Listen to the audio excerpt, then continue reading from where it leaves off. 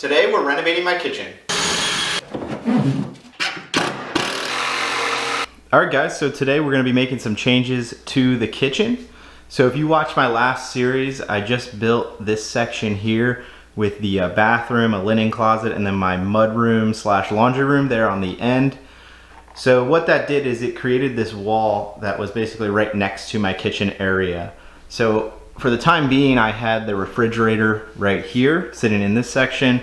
It worked out okay, but it's really not the best spot to have it because you're basically opening the door into this wall, which isn't great. And I really knew that I wanted to move it over onto this wall eventually anyway.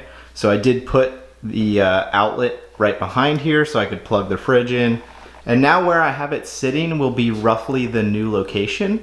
So what we're gonna be doing today is adding some cabinets and extending my countertop all in this corner area. So that's gonna give me a lot more storage and counter space.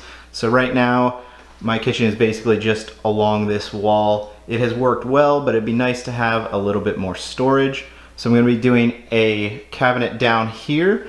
It's gonna look similar to this, but it is like meant for a corner so you can use all the space in the corner. And then up top, I have a diagonal corner cabinet on the wall there. And then I think it's about a 21-inch will fit then right next to that. So that should work out pretty nice. And I do already have these outlets here for the countertop, and that was where the refrigerator was plugged into. So plenty of outlets, don't need to add any. And another thing I want to do while I'm here is I want to add under cabinet lighting. So right now all I had were these little rechargeable lights here. They work pretty good and they're like motion sensors, so they come on when you're near it. The only thing is, as you can see, you have to recharge them like once a week.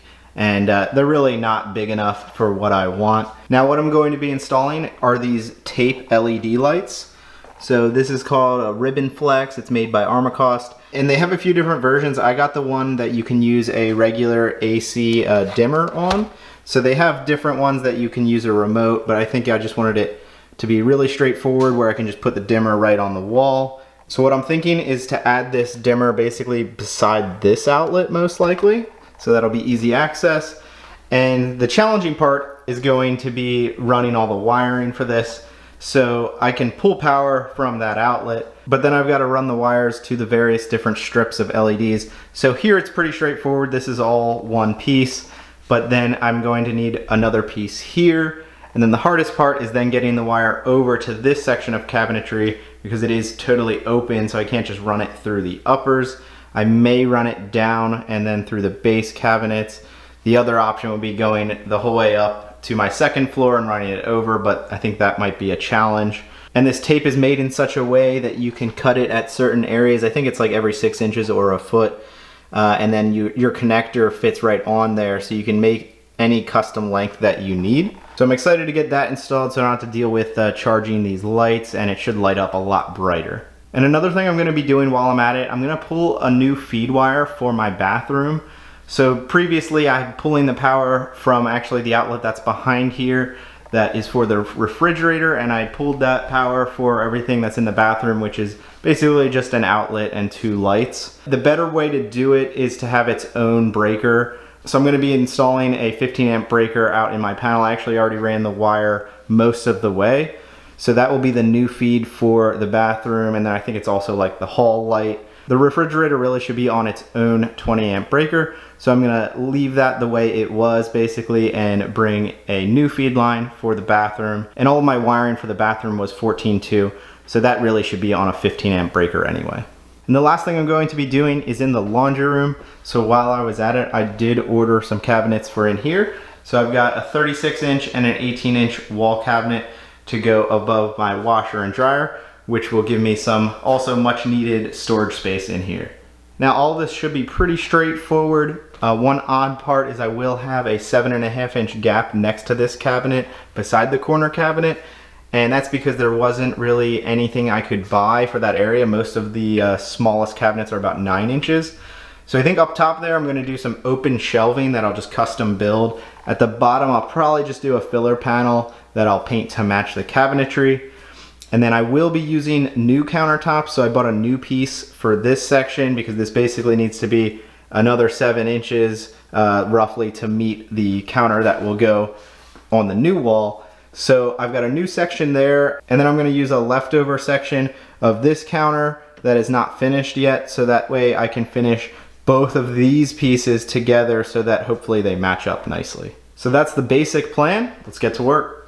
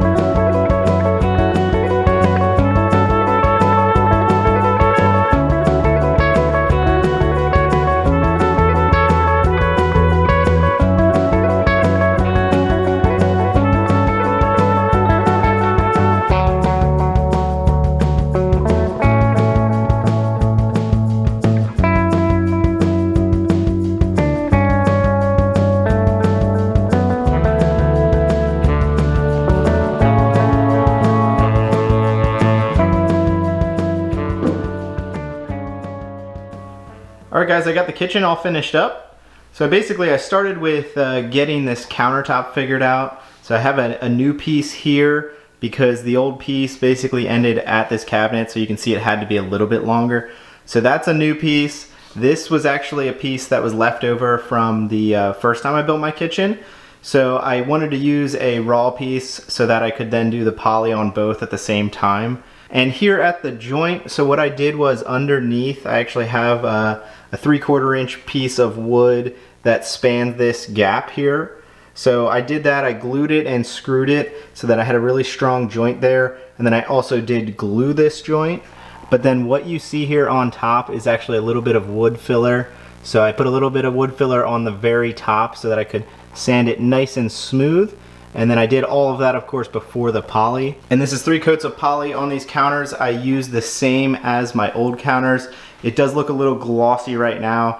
And basically, over the next few months, the gloss usually cuts down. I used a semi-gloss finish. So then I just went on to placing my cabinets. So down here, this it looks like a traditional cabinet, but when you open it, it does go the whole way back in there into the corner so that you do have that space.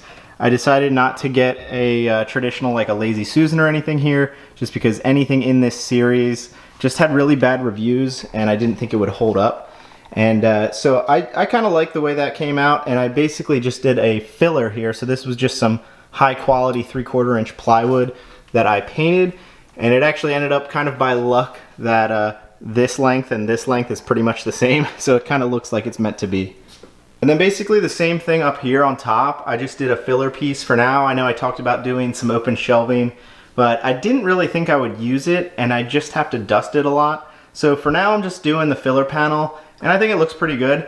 We actually inset it back a little bit, and I think it gives it a little more dimension, and I like the way it came out. So then we've got this diagonal corner cabinet on the upper here. And at first I actually did buy a 30-inch height cabinet here in the corner that would match the other heights, but it actually came in broken.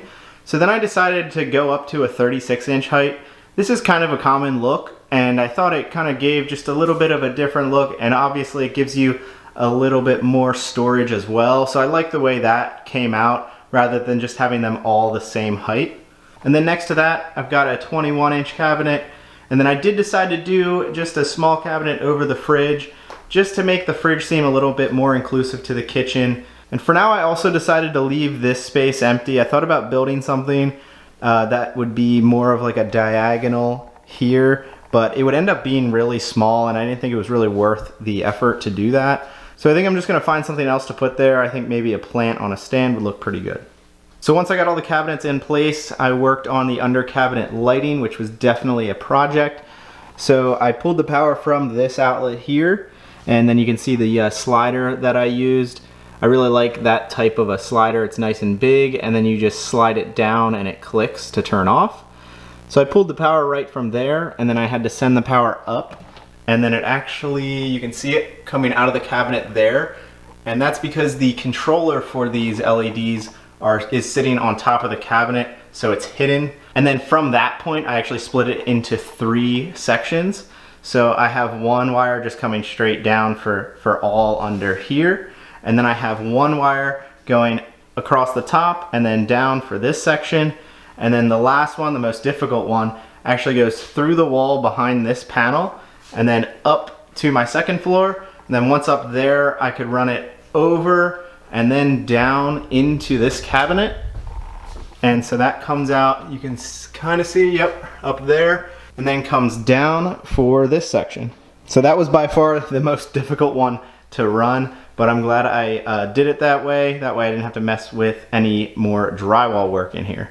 And then now just looking at the overall kitchen, you can see that lighting just does so much for the look, and it's just so nice to have all that light when you're cooking. I did have those little battery powered ones, but those got so annoying to use. So this is awesome, and then you can dim it down as well. Now the other part of this is we did hang the laundry room cabinets. So for in here, it's the same series of cabinet, but I did go with white. It kind of matches obviously the washer and dryer. So that looks pretty nice. I did go the 36-inch in here since I have plenty of height. So I've got a lot of storage.